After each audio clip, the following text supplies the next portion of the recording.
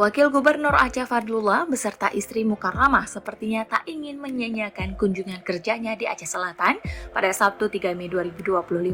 Usai bertakziah ke rumah duka almarhum Tengku Syekh Haji Baidawi Adnan bin Tengku Syekh Haji Adnan Mahmud atau yang akrab disapa Abati Bakungan di Komplek Dayah Ashabul Yamin, Wagub dan rombongan bertolak ke Dayah Darul Rahmah di Kampung Kota Fajar, Kecamatan Klut Tengah. Tiba di lokasi, Wagub dan juga istri serta rombongan disambut pimpinan Dayah Tengku Haji Hijratuddin atau akrab disapa Abu Jud.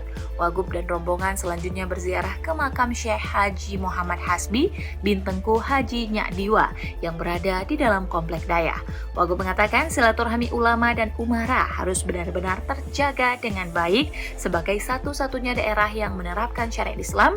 Tentu peran ulama sangat penting sebagai penuntut umat, penuntut kita semua.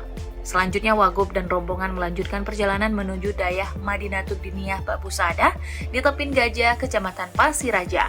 Tiba di lokasi, Wagub dan rombongan disambut oleh Tengku Haji Erli Safriza atau yang akrab disapa Abati Tepin Gajah selaku pimpinan Dayah.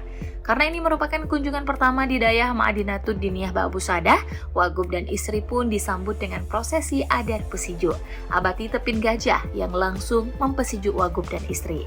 Terakhir, Wagub dan rombongan menuju ke Dayah Darul Ihsan Pawoh di Labuhan Haji untuk bersilaturahmi dengan ulama karismatik Aceh, Abu Amran Wali Al-Khalibi.